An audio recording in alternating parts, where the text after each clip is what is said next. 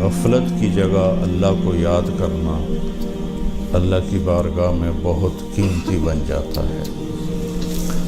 تو ویسے تو پوری دنیا اس وقت غافل ہے، یعلمون ظاہرا من الحیات الدنیا وہم عن الآخرۃ ہم غافلون، صرف یہ دنیا کے پیچھے بھاگ رہے ہیں۔ اب چاہے مسلمان ہیں چاہے غیر مسلم ہیں، دنیا کے پیچھے بھاگ رہے ہیں اور آخرت کے بارے میں بالکل غافل ہیں اور آخرت کے بارے میں کچھ نہیں جانتے، بالکل غفلت ہے، جیسے موت ہے ہی نہیں۔ اب ہے تو صحیح، تو جیسے موت کے بعد زندگی کوئی نہیں۔ انسان جو کچھ بناتا ہے کماتا ہے کہ اس کو پتہ ہی نہیں چل رہا کہ میں نے کون سی سڑک لینی ہے، کس طرف میں نے مڑنا ہے، تو وہ ایسے پریشان ہو کے سوچ رہا ہے۔ یہ شک ہے۔ اس سے ایک نرم لفظ ہے، وہ ہے مریا۔ شک بھی قرآن میں آیا ہے، بل ہم فی شک منہا بل ہم منہا عمون۔ پھر ہے مریا، فلا تک فی مریۃ من لقائہ۔ مریا کیا ہے کہ آپ کا دماغ ایک طرف ہو جاتا ہے کہ یار یہ جو سڑک جا رہی ہے نا، یہ غالباً الیاس مسجد کی طرف جا رہی ہے۔ ابھی ایک سٹیپ آپ نیچے آ گئے، پہلے نہ ادھر فیصلہ نہ ادھر فیصلہ۔ اب آپ کا دماغ فیصلہ کر رہا ہے کہ یہ ادھر جا رہی ہے، یہ سڑک جا رہی ہے، شاید، یقین نہیں ہے۔ تو ایک طرف کا خیال غالب آ گیا، اس کو کہتے ہیں مریا۔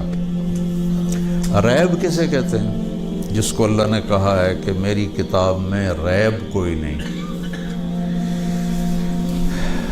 ریب ہے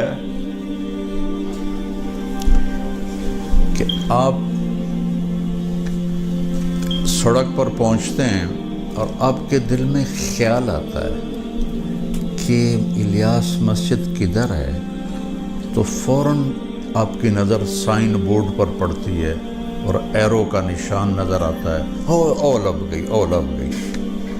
یہ تھوڑی دیر کے لیے جو تھا نا، تھوڑی دیر کے لیے، اور اس کو ایک دم سائن بورڈ نے کلیئر کر دیا۔ اس تھوڑی دیر کی کیفیت کو عربی میں ریب کہتے ہیں۔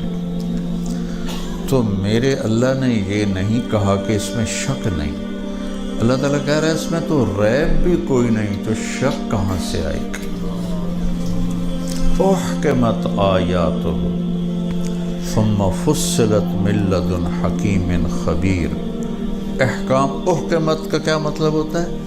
یہ جو سوئی سے چمڑے کو سیتے ہیں نا، وہ بڑا مضبوط کر کے سیتے ہیں تو وہ کھلتا نہیں ہے، اتنی طاقت اس میں ہوتی ہے کہ وہ کھلتا نہیں۔ تو چونکہ عرب مشکیزیں سیتے تھے چمڑے کے، تو انہیں پتہ ہوتا ہے کہ بھئی اس میں ہم نے پانی بھرنا ہے تو کوئی کہیں سے لیکیج نہ ہو، اس لیے وہ ایسا مضبوط کر کے سیتے تھے۔ تو اللہ ان کو پکچر دکھا رہا ہے کہ یہ وہ کلام ہے جس کو رب نے ایسے پکا سی کے بھیجا ہے، کہیں کوئی سیپیج ہے ہی نہیں، اس کو چیلنج کیا ہی نہیں جا سکتا۔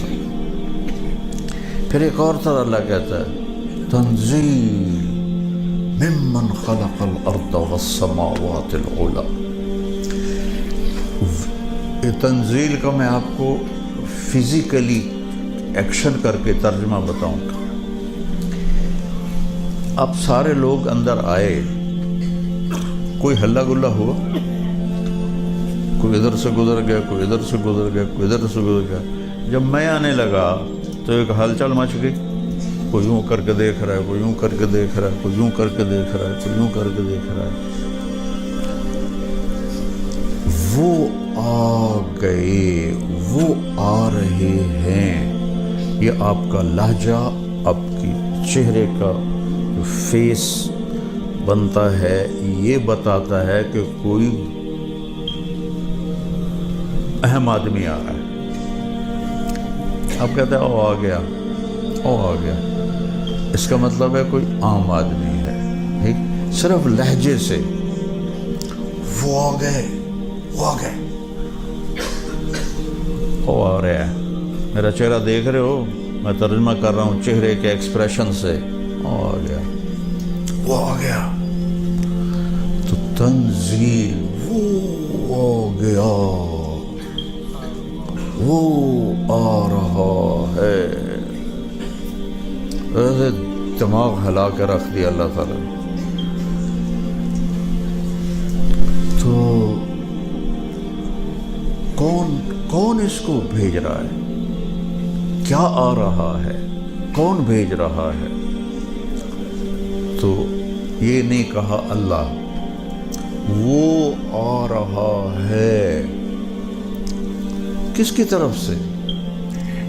جب ممن خلق الارض والسماوات العلی،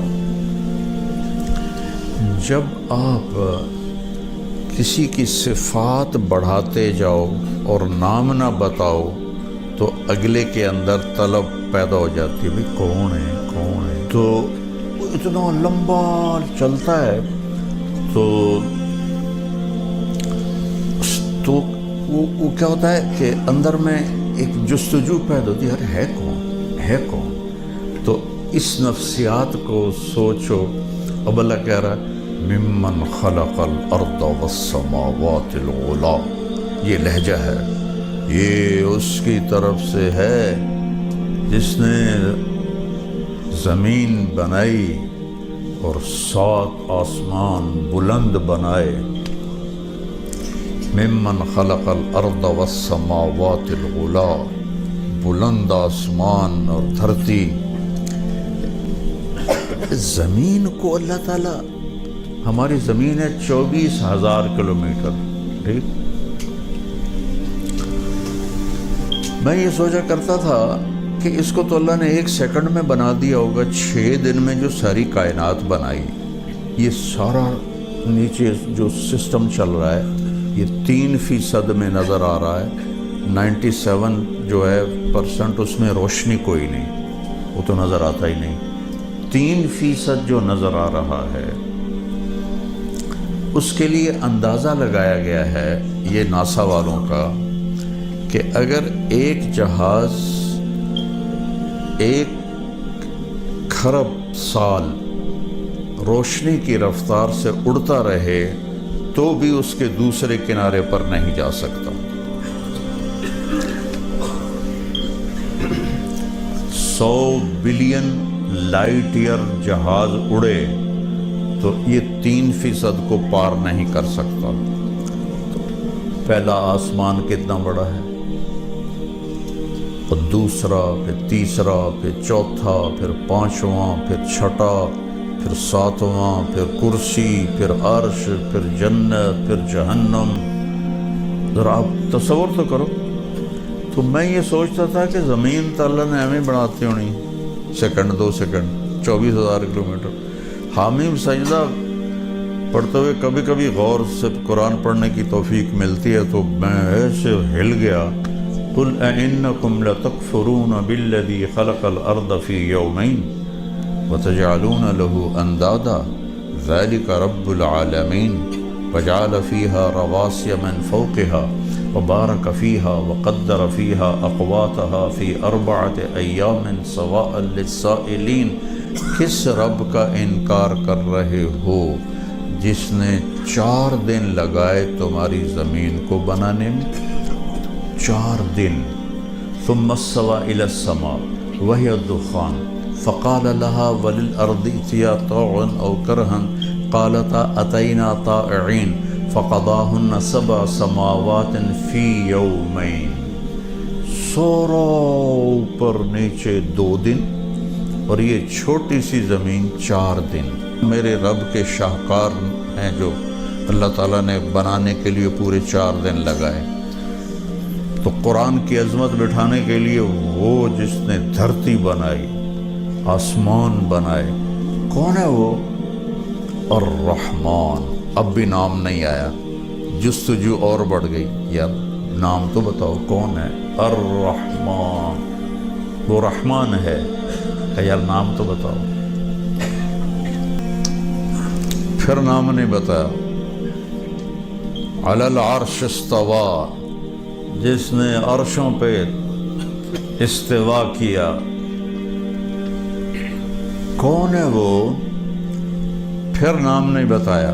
لہو ما فی السماوات وما فی الارض وما بینہما وما تحت الثری. یہ اس کا کلام ہے جو زمین آسمان کا مالک اور اس کے درمیان کا مالک اور زمین کے نیچے جو کچھ ہے اس کا مالک. یار بتاؤ تو صحیح ہو اس کا نام کیا ہے. پھر صفت آ گئی. وَإِن تَجْهَرْ بِالْقَوْلِ فَإِنَّهُ يَعْلَمُ السِّرَّ وَأَخْفَى. تم زور سے بولو، آہستہ بولو. میں زور سے بول رہا ہوں، آپ سن رہے ہیں. میں آہستہ بولتا ہوں، اب میرے کان سن رہے ہیں اور آپ نہیں سن رہے. اخفا کسے کہتے ہیں کہ میں بولا ہوں، اپنی زبان سے نہیں بولا ہوں، دل سے بولا ہوں، جس کو میں خود بھی نہیں سن رہا. تو کہنے والا کہہ رہا ہے کہ یہ وہ ہے کہ تم زبان بند کر لو اور دل سے بولو تو وہ بھی سنتا ہے. تو یار نام تو بتا دو یار. اب آیا ٹھا. تنزیل ممن خلق الارض والسماوات العلا. کون؟ کیا نام ہے؟ نہیں پہلے سنو. الرحمن. کدھر؟ علی العرش استوا. کیسا؟ لہو ما فی السماوات وما فی الارض وما بینہما وما تحت الثری. او یار نام تو بتا. وَإِن تَجْهَرْ بِالْقَوْلِ فَإِنَّهُ يَعْلَمُ السِّرَّ وَأَخْفَى. او میاں نام بتا دے تو آیا اللہ. اللہ لا الہ الا ہو لہ الاسماء الحسنى. وہ اللہ ہے، وہ اللہ ہے.